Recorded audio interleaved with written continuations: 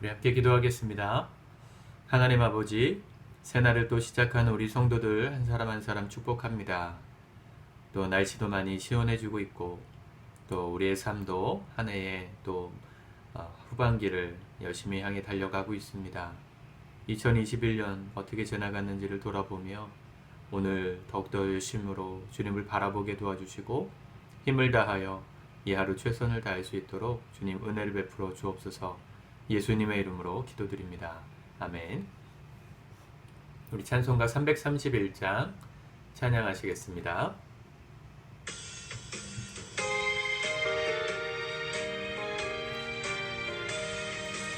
영광을 받으실 만유의 주여, 우리가 명령을 따르리다. 베푸신 은혜를 감사히 알고 진실한 마음으로 섬기겠네. 구주의 은혜 주시는 대로 영원히 받들어 섬기겠네. 찬송하겠네, 찬송하겠네. 생명을 주시는 구주로다. 구주를 높이고 잘 공경하여 온유한 마음으로 섬기리다. 주 예수 안에서 즐거워하며 충성을 다하여 섬기겠네.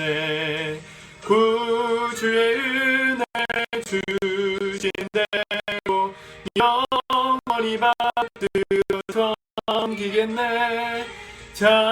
찬송하겠네, 찬송하겠네. 생명을 주시는 구주로다.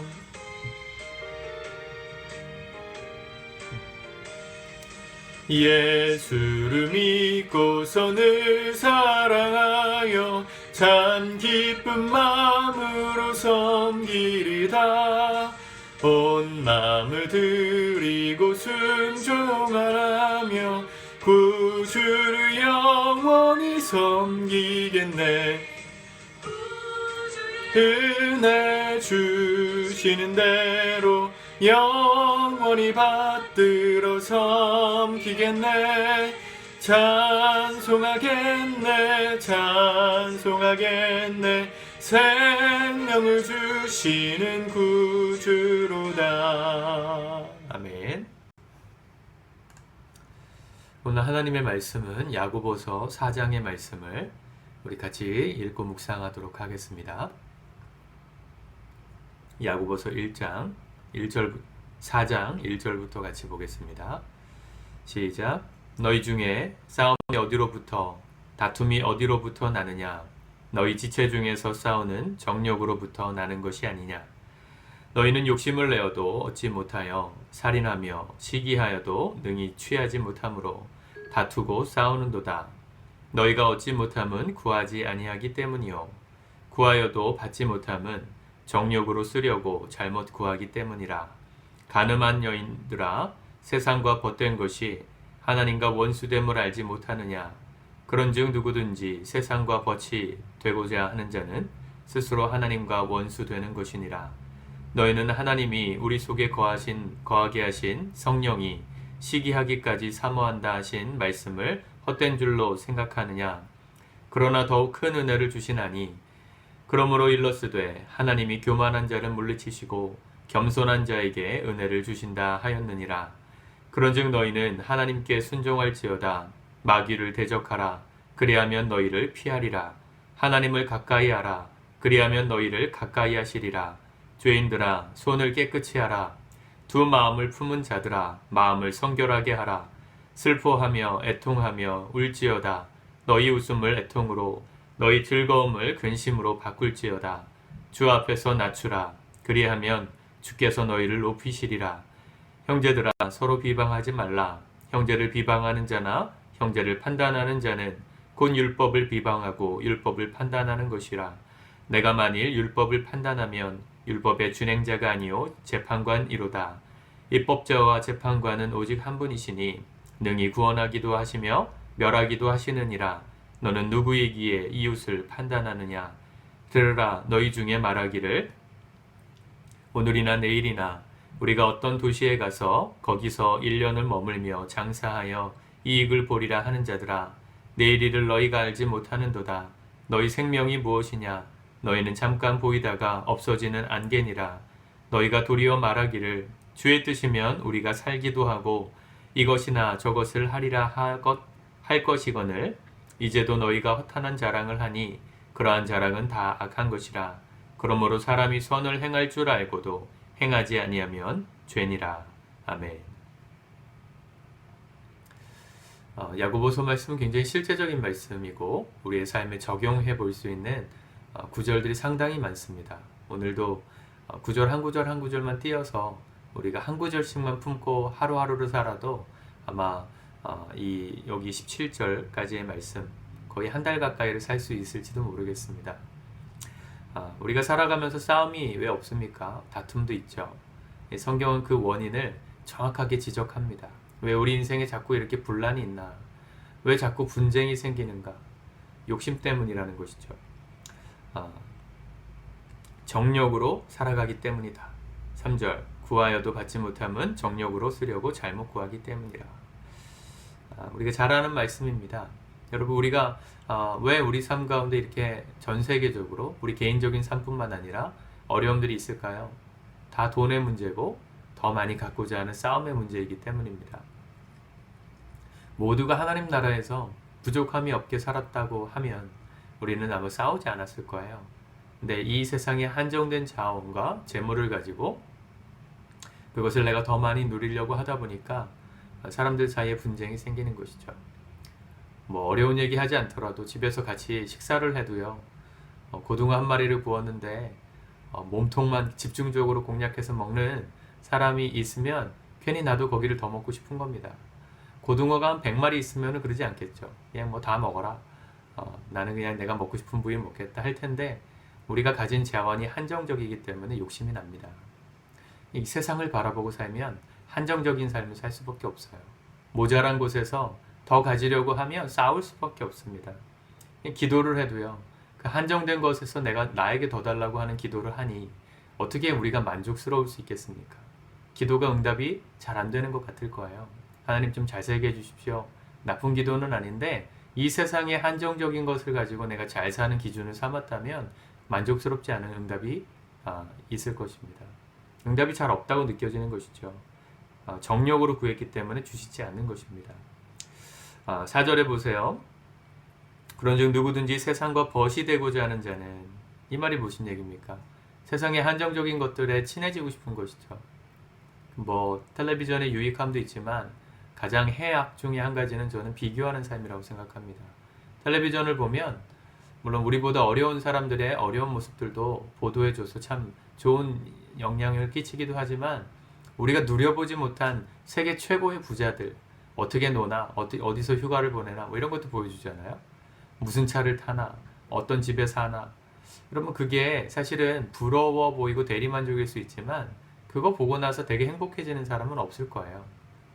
왜냐하면 세상에서 내가 갖지 못한 걸 저 사람이 갖고 있구나 비교가 되면 그 순간부터 우리 마음에 불편해지는 것입니다. 근데 우리는 다 그렇게 살기 원하거든요. 그렇게 세상과 벗하고 살고 싶거든요. 그러면 스스로 뭐가 된다고요? 4절에 하나님과 원수되는 것이라. 우리는 하나님 나라를 바라보며 살아야 하는 것입니다. 그래서 눈에 보이지 않죠. 그 나라는 말씀으로 약속된 나라입니다. 아마 광야 40년을 걸어갔던 이스라엘 백성들도 40년을 걸어가면서 진짜 약속한 땅이 있기나 한 거냐 이렇게 불평하는 사람들이 아마 굉장히 많았을 겁니다. 덥고 굶주리고 목마르고 불뱀이 있고 정말 사막 한가운데서 40년을 산다면 단 하루도 못 살지 않겠어요? 우리 같으면 씻을 수도 없고 취사도 불편한. 그러니 그냥 뭐 노예살이가 힘들었지만 밥이라도 그냥 내가 해먹고 싶을 때 해먹을 수 있었던 그 노예살이를 하던 애굽이 그립지 않겠어요? 그리로 가면 세상과 벗하는 것이죠. 절대로 노예의 신분을 벗어날 수 없습니다. 그러나 약속하신 말씀을 붙들고 가나안 땅까지 고난이 있지만 광야가 있지만 눈에 잘 보이지 않지만 가본 적이 없지만 약속하신 하나님을 믿기에 그 길을 신실하게 걸어간 사람들은 다 그 땅에 들어갔어요. 불평한 사람들은 광야에서 다 죽었고 그 땅을 소망했던 여호수아와 갈렙을 위시로 한 사람들은 그 땅에 들어가는 사람들이 됐습니다. 사랑하는 성도 여러분, 뭘 믿고 사느냐가 우리의 신앙입니다. 하나님 나라, 그게 실자라고 믿으면 이 땅에서 좀 못 누려도 괜찮습니다. 누리고 있다면 사명인 거죠. 무조건 가난한 게 사명이 아닙니다. 나에게 하나님께서 재물을 주셨고 세상의 것들을 더 많이 누릴 수 있게 해주셨다. 그럼 여러분 사명이에요. 그 사명 가지고 하나님 나라 위해서 사는 것입니다. 그래서 이 야고보서의 말씀을 보면 부자와 가난한 자, 이 부유함과 가난함의 이 상관관계를 얘기하면서 이 부유한 사람들의 역할을 계속 강조해요. 더 많이 가진 사람이 그렇지 못한 사람들을 섬기는 것이다. 17절에 보세요. 그러므로 사람이 선을 행할 줄 알고도 행하지 아니하면 죄니라. 우리에게 주신 모든 상황 속에서 하나님 나라를 바라보면서 내가 오늘 어떻게 살 것인가를 알게 하셨다면, 깨달았다면, 그게 선이라면 그대로 살아야 죄가 아닌 것입니다. 그러기 위해서 우리에게 겸손한 마음이 필요해요. 6절 더욱 큰 은혜를 주시나니 그러므로 일러스되 하나님이 교만한 자를 물리치시고 겸손한 자에게 은혜를 주신다 하였느니라. 주일 말씀에도 제가 인용해서 말씀을 드렸죠. 하나님은 겸손한 사람을 축복하십니다. 7절 그런즉 이 결론을 말하는 것이죠. 그러므로 너희는 하나님께 복종할지어다. 마귀를 대적하라. 그리하면 너희를 피하리라. 세상의 유혹이 너무 강합니다. 너무 달콤하고 유혹이 너무 매력적이에요. 그것과 어떻게 벗이 되고자 하는 마음을 벗어날 수 있나요? 대적해야 돼요. 하나님께 복종하면서 마귀를 대적하는 것입니다. 그게 자기 부인일 수 있습니다. 하나님을 가까이 하라. 8절에 그리하면 너희를 가까이 하시리라. 어떤 분들은 하나님의 뜻이 무엇인지 분명하게 알면서도 잘 안 돼요. 이렇게 말씀하시는 분들이 계세요. 내가 하나님의 뜻이 뭔지 아는데 순종이 안 돼요. 이유가 뭐예요? 하나님께 가까이 안 가고 계시기 때문입니다. 하나님께 가까이 가면 주님은 가까이 계셔요. 주님 뜻대로 살고자 노력하면 주님은 도와주세요. 그러나 우리가 의지적으로 주님을 가까이 하고자 안 하면 세상에 가까워질 수밖에 없는 것입니다. 그래서 8절에 하나님을 가까이 하라. 너희를 가까이 하시리라. 10절 주 앞에서 낮추라. 그리하면 너희를 높이시리라. 이 상반되고 있죠. 우리가 생각하는 대로라면 우리를 높여야 우리가 높아지죠. 근데 하나님은 하나님의 법칙이 있으세요. 우리가 낮아지면 세상과 벗이 되지 않고자 마귀를 대적하고 살면 이 땅에서 쪽박 차고 살 것 같은데 하나님 그렇게 안 해주신다는 것이죠.